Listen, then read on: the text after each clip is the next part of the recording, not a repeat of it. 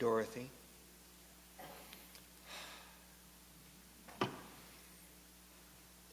Thank you.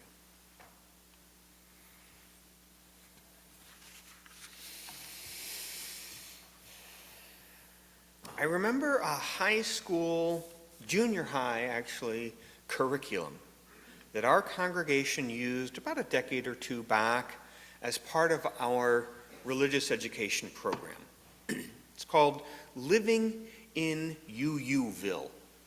It was written by Reverend Jeff Liebman. In this curriculum, the students work together to build a town based on our Unitarian Universalist principles. It involves a little role playing, which was an extra bit of fun. The students actually create a school first and a town in later sessions and work their way up to creating a country and ultimately a global community, all based on our Unitarian Universalist principles and values. Each class had to figure out different things together. What laws will we put in place? How will we structure our school system? What would our tax policy look like? How would your values of interdependence and compassion play out in creating UUville? It's an interesting thing to think about. Would you have a police department in UUville? What would you do with lawbreakers, with liars and murderers? What training would our UU principles and values require of people becoming police officers? What obligations would law enforcement have in UUville? How would you deal with fear-mongering and disinformation? What would it be like to be poor in UUville? It's an interesting set of questions to think about. In our reading this morning, Dr. Takia Nur Amin, a lay leader in Unitarian Universalism and a scholar of dance in her work life, reminds us that in every moment, life is giving us an invitation. I really like that, she says. I really believe that in every moment, life is giving us an invitation to do the thing that is most loving and life-affirming. She says we have this invitation from life and that our Unitarian Universalist faith calls us to respond to this invitation in a particular way. She writes, that is part of the call, the mandate of what it is to be Unitarian Universalist, to figure out how to live together in loving, equitable, just relationships with each other. As I ponder what laws we might create and what a police force might look like in UUville, we will do so with this goal of living together in loving, equitable, and just relationships. We're not the only ones looking at our police departments in our fictional UUville, but also there's lots of folks considering just exactly that question in real life, wondering if there might be another way to do that work. Since the killings of George Floyd and Breonna Taylor last spring, there has been a call to defund the police. Defunding the police is a slogan, and it means slightly different things depending on who's saying it.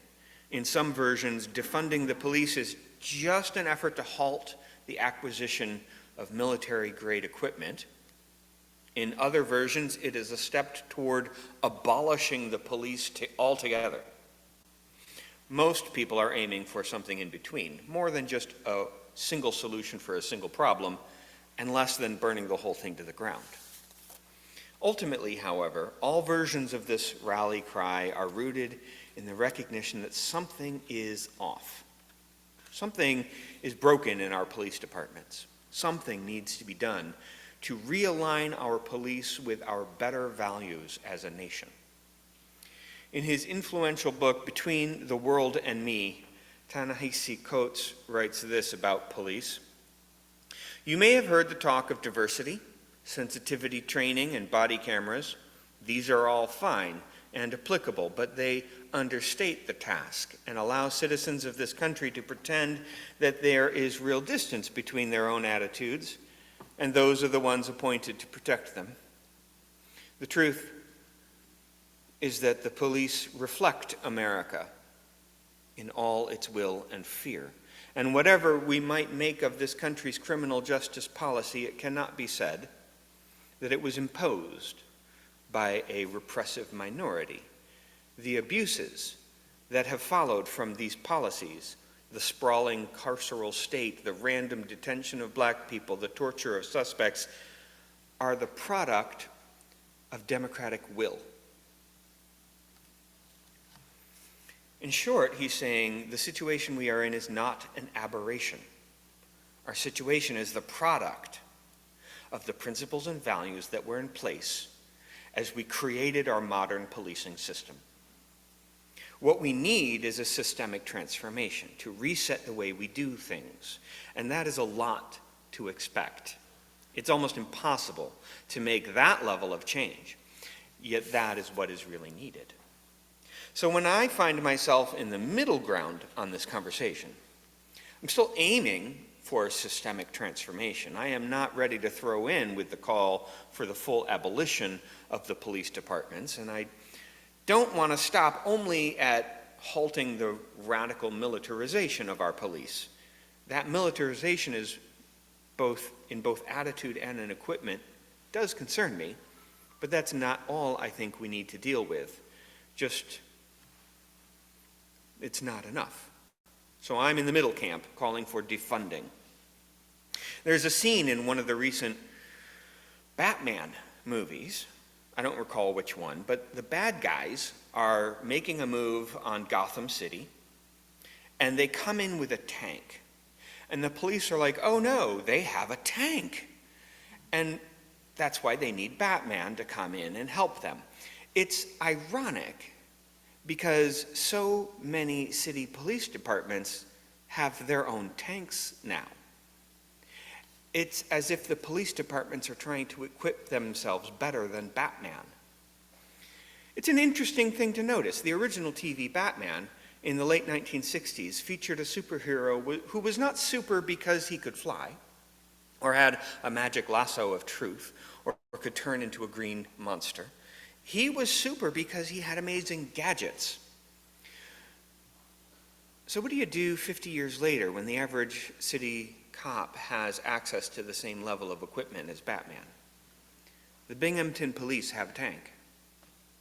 How much longer before they have armed drones? Armed military drones have had a dramatic impact on how our modern military operates, as well as on the devastating levels of civilian casualties. It was reprehensible during the Obama administration to witness the normalization of drone warfare. And predictably, during the administration after that, the use of armed military drones escalated dramatically. And now, with Biden in office, already casualties from drone attacks are in the news. But for today, my concern is less about which political party is worse on that count. I have an opinion about it, but that's not my point. My concern is how much longer before our police departments are using armed drones. Don't get me wrong, I'm not against drones per se. We could use drones and traffic cameras to eliminate the need for police to physically issue traffic tickets. Imagine how many black and brown people we could save if we didn't need human beings pulling people over. We could just send them a ticket in the mail, the way they do on Interstate 90 if you don't have an easy pass. Not against better technology. I just don't want our police officers to be decked out with tanks and armed drones. Dictators use their military against their own people. When we arm our police in the manner of a military, we are courting dictatorship. But that's just the starting point. Defunding the police, in my mind, is not just a call to halt spending on certain equipment. It's also about what do we want to spend the money on instead. better training, more unarmed responders for nonviolent situations, more community building and trust building efforts. It's about a cultural change in the attitude of officers and in the public in general. There is a split along racial lines about how the police are generally viewed by the public. It's like there's two different experiences of the cops. White people, like me, tend to view the police as a source of protection. People of color tend to view them as a source of danger and oppression. It is as if the police have two different ways of dealing with the public. I heard one analysis suggest that the police are behaving more like warriors and less like protectors. A protector would seek to keep all the people safe. At least that's the way I hear this distinction in this analysis. Our UU values call for protectors. Warriors, on the other hand, are out to get the bad guy. The goal for them is to catch someone and punish them for wrongdoing. That is not in keeping with our UU values. In UUville, we would train our police to be protectors, not warriors. I think it's an important distinction. Listen to this way to draw the same distinction, but with different words. Aberjani, an American historian and poet, has said, on either side of a potentially violent conflict, an opportunity exists to exercise compassion and diminish fear based on recognition of each other's humanity. Without such recognition, fear fueled by uninformed assumptions, cultural prejudices, desperation to meet basic human needs, or the panicked uncertainty of the moment, explodes into violence. Some of the most exciting possibilities in this conversation about defunding the police is the talk of funding social workers to respond to nonviolent calls. Even the violent calls, as Aberjani suggested in that little quote I had, could benefit from the mindset of compassion and recognition of each other's humanity, but how much more so for situations that are not a threat to begin with. But when an armed cop shows up, things easily escalate. Across our nation, over the past year, partly in response to the pressure from activists and protesters, and partly from decades-long work to change the systems, several cities did cut or reallocate funding from their police departments. Austin, Minneapolis, San Francisco, New York City, Chicago, and Baltimore, along with dozens of others. It's mixed as to what the results have been over the past months. The exciting shift is to see the impact when the work is shifted away from armed police officers over to other agencies that deploy social workers to respond to situations involving homelessness, mental health crises, drug addiction-related issues. I certainly understand the critique that taking money away from the police departments will not magically create better police officers. But that critique is based in fear and seemingly intentional misunderstanding of the goal. The point is not to make the police continue to do everything with less money. It's not like we're going to treat them like public school teachers. The message is that we want to move the funding to better align with our values. So let's talk about getting rid of qualified immunity and watch what happens in Colorado as they work through doing just that. Let's look at the budget of our city and our county and talk about reallocating funds. Let's debate some pros and cons, but let us always keep in mind the values we are using to create this society together. Let us acknowledge that the problematic and harmful conditions in place when we began this country, and later when we established the police departments that we have today, we can work through this with a focus on what it is that we're trying to create.